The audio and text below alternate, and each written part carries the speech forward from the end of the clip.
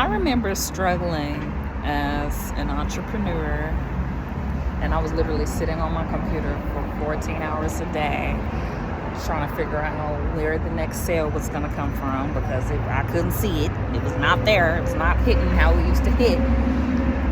And to the point where my close girlfriend at the time, and basically everybody who was close to me, had started noticing, like, I just was shriveling. Like, I was barely leaving out the house because I call it a cancer. But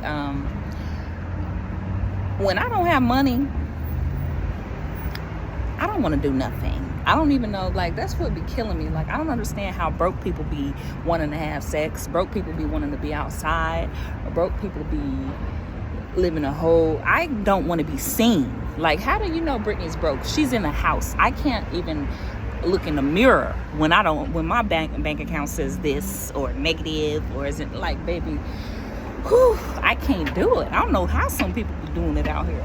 I am not myself when I am broke. I know that. They say money is the root of all evil. If you've ever seen broke Brittany, you would not want to be around that girl. I've seen broke Brittany. I've had a couple of spazzes. Like, I don't like broke Brittany. Broke Brittany is not a cool chick. But, you know, check to check Brittany, she'll get the job done. She'll be stable. But if I don't have no money coming in, like, oh, and unless somebody asks me for something, like, y'all be thinking that men are just snappy. Like, we complaining about the broke man, y'all, because being broke, like, it physically hurts. It physically hurts to think about all the things you can't do, and you really feel like you should. Like, you know, and I'm a Christian, you know, I'm a child of God. I'm supposed to have my inheritance and be the lender and not the borrower. Girl, child, I'm borrowing. I'm at the bottom. Like, where is my inheritance? Where are the things I was supposed to receive? What did I do wrong? Where did I go? Why you put me here? But being broke it hurts. Like, broke people, you gotta feel bad for them, because I've been there. And my family started seeing it on me. My close friends started seeing it on me. So they're like, girl, it's a place up the street where you could go get you a job. And, you know, you'll be around, because everybody knew I was such an entrepreneurial spirit. I'm listening to these mindset things and all of that. I've spent thousands on coaching, thousands on classes. And I'm still broke. That's a joke.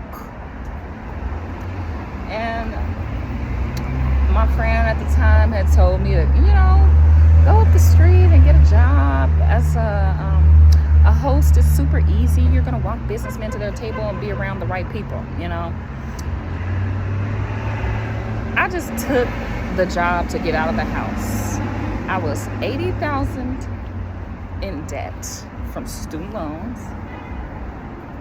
My unemployment had ran out from getting laid off from my last job, so it's been about 6 months unemployed.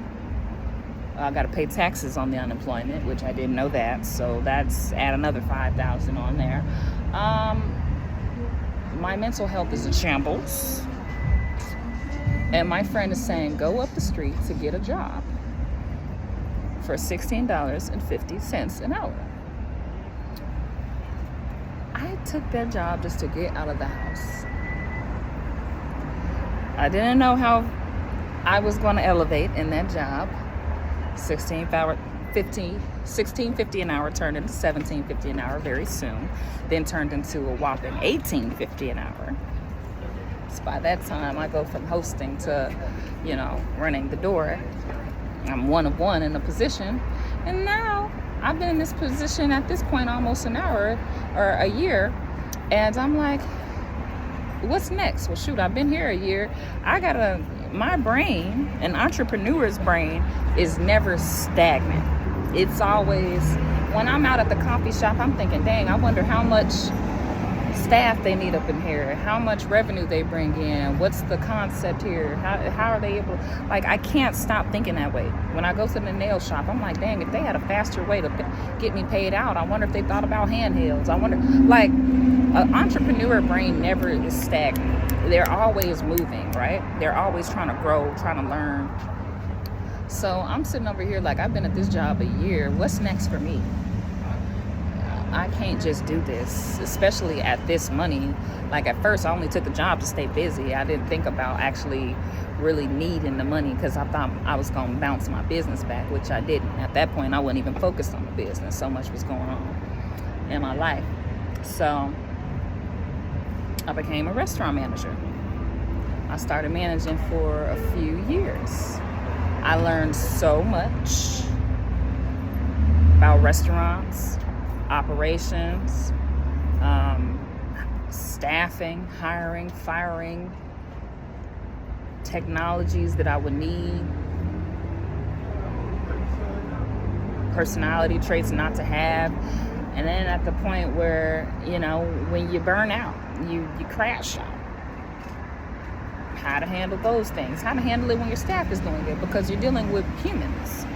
I learned so much in management that when I went back to one of the books that I read when I was on my heavy personal development journey, Rich Dad, Poor Dad by Robert Kiyosaki, legendary book, he says that one of the things that you have to learn if you're going to be a successful business person is management, which is why I took a job where I was hiring people, training people who got paid more than me. Like, sometimes double more than my paycheck, sometimes triple more than my paycheck, were what some of my staff were getting paid more than me. And I'm like, dang, did I go the wrong way? Did I do this? Did I do that?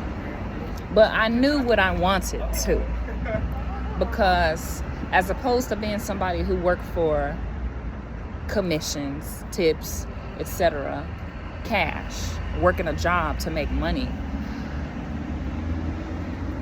the entrepreneur brain never thinks just short term or just in terms of cash. My econ brain, my economics brain was never thinking about just cash, because economics is the study of scarce resources. It's not just the study of cash. And if you knew anything about cash, that's far from your most scarce resources. Millions, billions, trillions are getting printed every day. You want to think about the things that's going to help you in the long run. So I took up the skill of management and learning business operations from a real small business where I'm like, my brain is getting blown every time. Like, I got to learn how to handle problems. I got to learn how to handle things. And although I didn't get paid my dream, granted, I got paid ultimately more than I've got paid any other job. It took me a while to get there. But in retrospect, it's still people, and I had like a chip on my shoulder, because it's like people knew me online for selling stuff online, making content online. They knew I was making money doing that. They knew I was smart. I went to school. I speak another language. I'm doing things that a lot of people that grew up around me never did. So it was already, and I'm the oldest, so that's another thing, People were just expecting me to be bigger than what I was.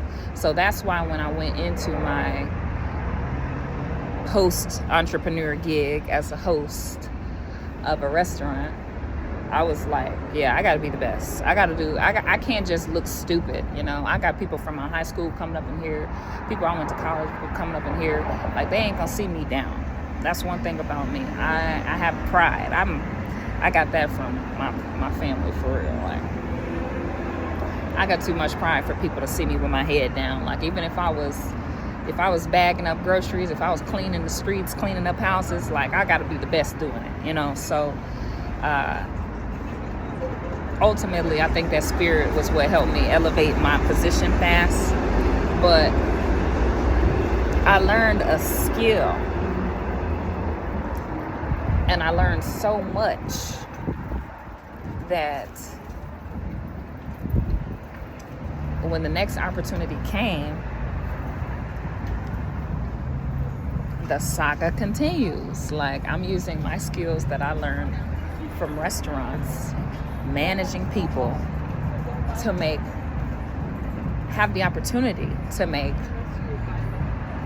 significantly more income in the long run. And that wouldn't have happened if I didn't take that $16.50 an hour job. So when Tabitha was saying that get a job, like, I think that I feel it because I've been in that space. The people who are hurting, they feel like you shitting on their dreams when you tell them to get a job. A job is just over broke. People out here want to live their dreams so hard on Instagram, but not work so hard in reality to really push to make that happen with physical labor. I believe that if you take skills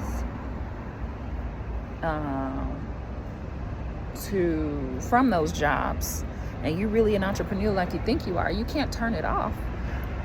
But if you're down bad to the point where you gotta beg, borrow, and steal, and yet these same entrepreneurs are getting on the internet acting like everything is sweet, can barely feed themselves, feed their families, like you gotta get a Blue's Clue. It's a lot of entrepreneurs driving Uber right now. It's some entrepreneurs washing some dishes, busting some tables right now, and it's okay because you're building a skill set and you don't know what those jobs can further teach you to edify your life in the long run. So Auntie Tab was right. I'm just saying it worked for me because now at my new job, because of my skill in restaurants, my education, my skill in management and operations, I am able to talk to a plethora of people, have the opportunity to make a significant more amount of money, and I can take the skills that I'm learning at this job to make a significant amount of money outside of jobs. It's not like you're being moonlighted like some places do you, where you can only work this job. No, I can go work another job with my skills now in sales and make significant more money on the side. So it's just like, are you really an entrepreneur if you're mad at what Tab said? Because an entrepreneur, they never quit. They're always learning. And you have to know that you can take something from anybody in any place. So sometimes it's best to just get a job.